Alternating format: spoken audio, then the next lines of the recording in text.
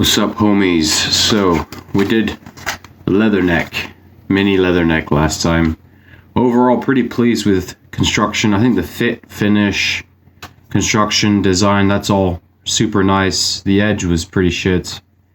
And you know, it's not designed to be like an ultra strong, do it all, you know, kind of blade. It's more like basically just a reasonably sized, do most things, more than enough kind of sized blade. So here it is. And then this arrived today. When I was looking online, when I was buying this one, I ordered this one before I found this one. And in my mind, I was like, I kind of feel like I wanted this one more than this one, just based off of visual looks. Now, the reason for that is because I think the blade shape on this is just much more, how do you say, like versatile in many ways. Because a clip point is great, but a clip point is really only useful if it's sharp. So in many ways, as much as I really love this overall design, and I'm gonna replicate it, I'm gonna take it out of the box. It's also just based off of the visual looks. I think the other knife. So that's the sheath as well. I can compare these to my own knives and my own designs. Gonna wipe off some of that grease. So overall, I'm super pleased with this. I think it's a great little knife, and you know, you just treat it like a decent blade. You know, don't like abuse it and throw it. When I think it should be okay to baton some things. I'm just worried with this kind of construction that if you baton it, that the guard is going to get loose. So if you do baton it, you baton it light and avoid knots in the wood, and you know, go path of least resistance. But overall, even though it has a small grip, I can get my whole hand on there. My hand is about a 9.5 size, and then I can also do a 3-finger grip. But that's just a recap on the previous one. And again, just like the Leatherneck, Mini Leatherneck, this is fantastic, like fit and finish, and I think overall looks and the feel in the hand. I think this is actually maybe even more comfortable. So I think if I were to recommend either one, I would recommend this one more easily, because I think this would be more appealing to more people. So I think more people would appreciate this design. You can punch, dagger it as well, just as easily as the other one. I noticed with both of them that they have I think the tang ends right before the pommel. So there's actually a bit of cushioning in the pommel. And that's the same here with this. And you got a bit of grip on this one there. So it can be used like that. You got your traditional approach like this, and of course like that. When the guards are small like that, I do like a cross like this. Just, I think, better. But I think overall this is definitely much more comfortable in the hand, and it's and the blade shape is much more familiar. I think overall this is definitely the better of the two. So I would definitely, if you're interested in collecting these and you don't have any of them yet and you're looking into one, I would recommend you get this one first. These come in 3 different colors. There's even like one that has like the green, sort of like a green handle with some type of stonewash finish type of thing. It's not really a stonewash.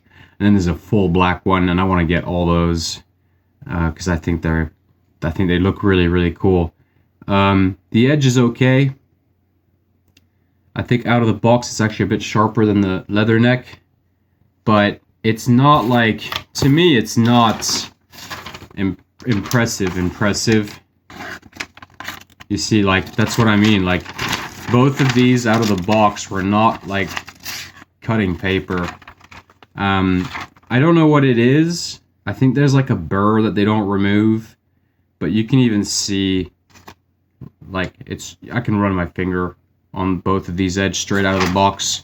So I don't know if that's just because there's a burr on there and then when you pull it in and out of the sheath, what happens is you strike that burr, and then it basically dulls the blade. Or if they grind these without any water cooling and they're all embrittled, that's possible. That happens to a lot of manufacturers. They grind steels that have a high abrasion resistance on dry belts, so dry grinding, and you create. But I don't know. I've never been to their factory, so I can't say for sure. But either way, when you get these, and I think this might probably be the case with any cold steel knife, at least so far with me, what I've found is that you might need to sharpen them yourself. But then, in their defense, there's a lot of cultures, even in Japan for a long time, it wasn't expected to get like the sharpest of sharp knives from the maker, because at the end of the day, it's your job to sharpen these from that point on anyway. But can I even get a clean cut? I mean, it doesn't cut at all, straight out of the box. So that's kind of disappointing in the sense, because, Cold Steel has a pretty powerful, pretty intense marketing regimen. But to me, it's not a problem. I'll sharpen them. I don't think you can even carve really wood. The other one was sharp, but I haven't even used it. And over the days, it did get dull. Now you can run your finger on it. I haven't used it. I haven't carved it. I haven't done anything with this. So I have to sharpen both of these before I can even start using them, which I guess is not a big deal, but I kind of like to, when I'm buying these, I want to kind of keep the factory edge so I can use them as comparison later. But anyway, aside from the edge being crap, overall, I think it's a really beautiful knife. I think it's built really, really well. And, it's stainless steel. You got this very comfortable, super nice grip. This will go on a battle vest very nicely. I think for pretty much most of the things you'd ever need to use a knife for, this is more than enough. So I'm pleased with this. I'm very, very pleased with this. You are getting more bang for your buck. There's no doubt about that. Overall, the thing is, the finish is very clean. The grinds are very clean. The thought process in this design is very good, and it's just overall a very neat, very comfortable, very just lovely overall knife. And the sheath clicks in and out just like that. I think the design on this one, the clip clicking is actually over the middle of the sheath, so over this section here. And then on this particular one, you got 4 separate clicking points here, here, and here, here. So I think it's actually better on this one. So, but that's just a feature, really. I'm not a fan of this type of sheath because this is so wide and thick. You can't put this in your pocket. If you look at, for example, my rivet lock goes like this. You see, this is in my pocket, and the lock is just that rivet around the sheath. So I can actually remove this from the lanyard.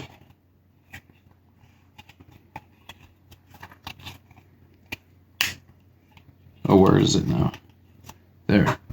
And I've been using this quite a bit. I haven't sharpened it for a while.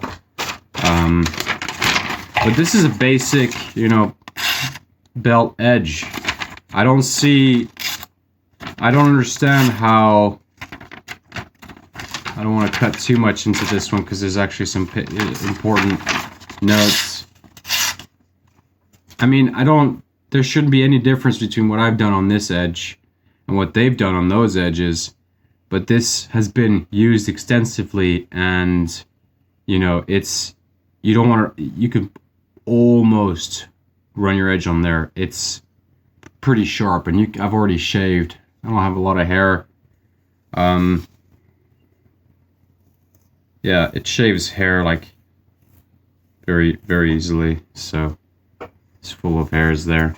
So, I'm a much bigger fan of this kind of construction. I think this is much more versatile. Again, this is a much beefier blade though. This will handle a lot more abuse. I don't know if you can consider these to be really in the same category. They're close in shape. The blade lengths are almost the same. The handle is just a bit longer to accommodate larger hands. So, of course, the nice thing with this is that it's stainless steel. But, this will be significantly stronger. The sheath, the much thicker, much larger, much beefier tang, and the sheath is much more lower profile. So I think, I prefer my own blades, although I have to admit that this is extremely beautiful. I'm just disappointed. I don't want to go on the belt grinder with this and put an edge on it. I don't really know what to do because you can see light off the edge. It's the same with the other one. I don't know exactly what it is, but I'm glad that it's not more expensive, even though it is, like, just in terms of build and in terms of all of that, it is worth a lot more than I paid for it. It's very good bang for the money, but we won't really be able to even tell what the edge retention is like until I've put my own edge on there, and that's gonna kind of like, I don't know, it's going to muddy the waters as to what you're getting, because my edge isn't going to be the same as your edge. So I'm not sure. I don't know. I did make the comment in the previous video that, like, if the knife is not sharp out of the box from cold steel, you should send it back, but I can't be bothered. The thing is, like, overall, this is a very sexy looking blade. This is, like, very, very beautiful. In my books, this is really gorgeous. It's right up my alley, just like the other one.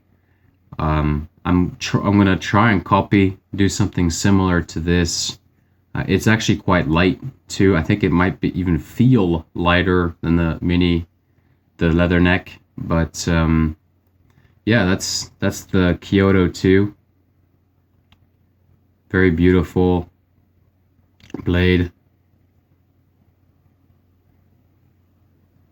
I don't know why the edge is so crap and, like, basically blunt out of the box. It's a very non-sexy thing for cold steel to do, I think.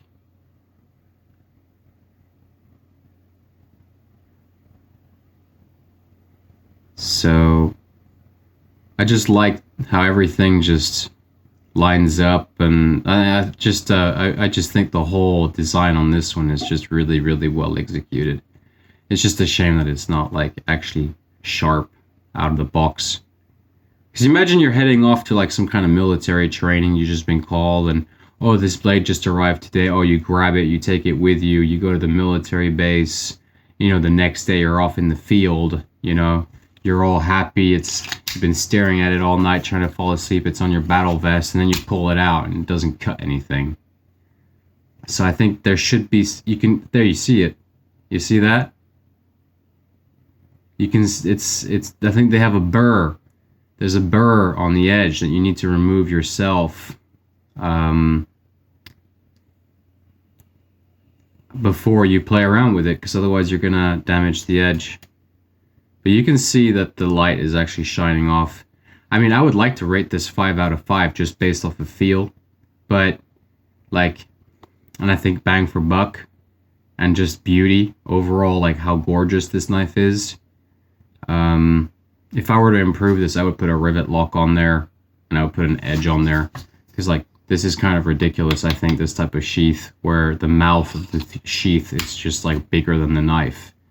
Because you can't really stick this anywhere. This is, what are you gonna do? You're gonna get a belt loop or something, or you can't really slide it in your pocket in that sense.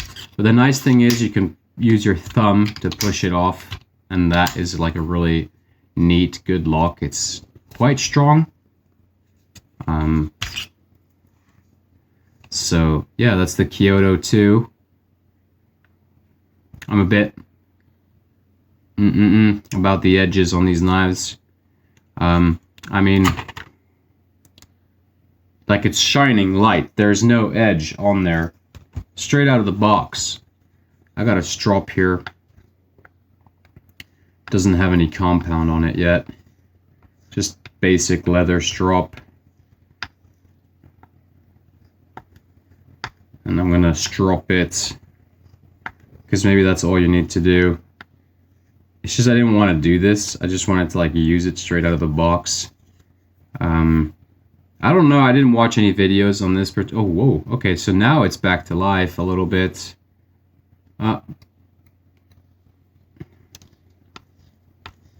Yeah, I mean, it's just, why don't they buff it, or why don't they take the burrs off themselves?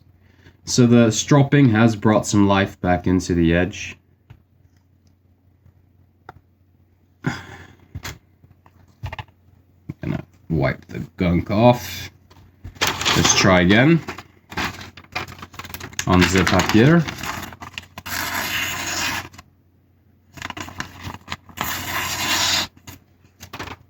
How about that?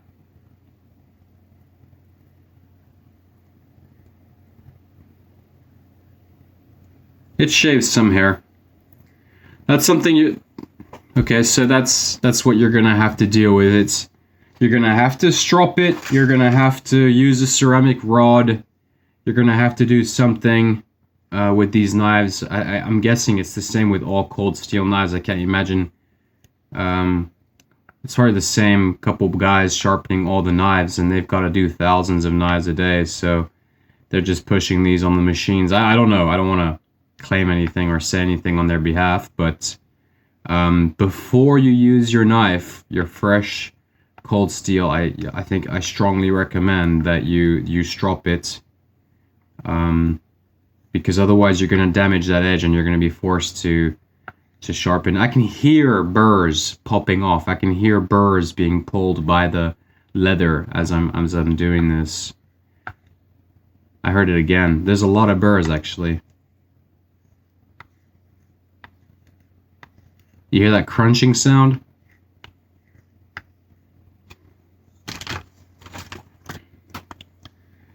Those burrs are really annoying. That's one of like the most annoying things about knife sharpening, is making sure you've completely gotten rid of those burrs. Those burrs can totally ruin your knife and cutting experience. I mean, yeah, it cuts.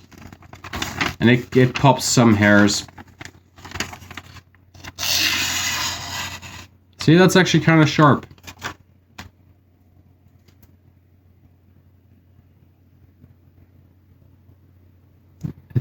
It's sharpish. But that's what I noticed with the last one, the Mini Leatherneck. That sometimes it felt dull, sometimes it felt sharp. And I think really what it is that they've got burrs on the edges. Because now you don't see it anymore. You see it's not shiny on the edge anymore. Now it's actually usable. So I got a business card here. It's pretty nice. It actually feels good to use. I like that a lot. That rubberized grip is dope. One moment. There's always something falling over. Got a 14mm dowel.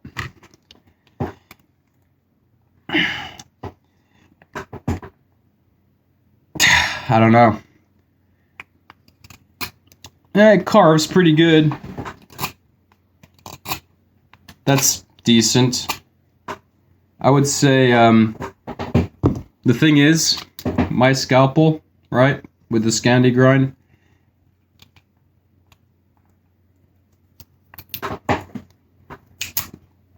can cut right through that dowel. And it's, you know, can't do it with the Kyoto 2. So I think it's because you got the full length grip, but it's also because this is a Scandi grind. So I would say it's pretty mediocre knife. Like, it's a knife, and it's a nice size for a blade.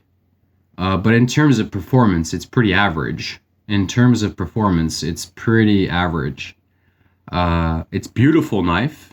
It's a lovely, like, it feels amazing in the hand. I think it's great price. Like, you're getting a lot of money for your knife, and it's just, I think, overall a really nice knife. It's just, you're getting a mediocre, like, it's a knife. That's it. It's just like any kind of folding knife that you would get. The similar type of performance, I guess. Yeah, it won't dig super duper deep. Like, my scalpel performs better for carving wood, but overall, I think the value for money is very good. Again, that guard is very nice.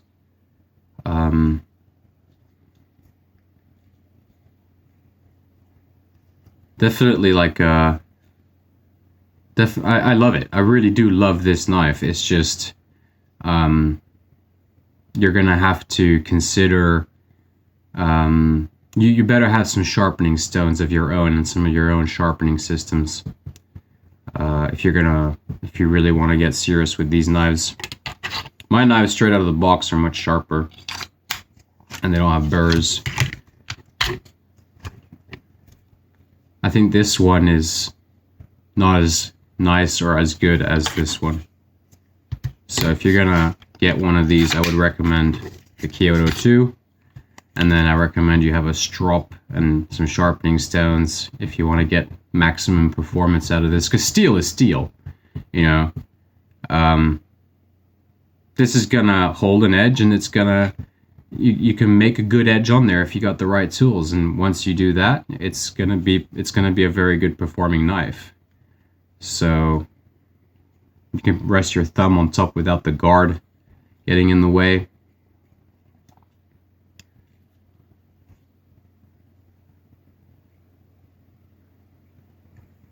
This feels very good as well in the hand. This punch grip. This is a nasty way to fight because you can't block it. See, try and block like this, and I'm just coming like that. See, this you can block. This you can block. But this, it's a bit more difficult to block. It's just a thing that the CRKT people taught me. But yeah, I'm not sure if this is much a review, more than an out-the-box first impressions. Like I said, I'm going to collect some of these. There's a cold steel tomahawk coming. I'm not going to expect the edge to be any good on that either. And that's then when I have, maybe I'll compare these two straight up first of all. Do a video next week, where we do like a more hands-on approach. So there it is, guys, the Kyoto 2, and you can support my work by buying a scalpel from my website at hotmetalknives.com. I'll see you guys later.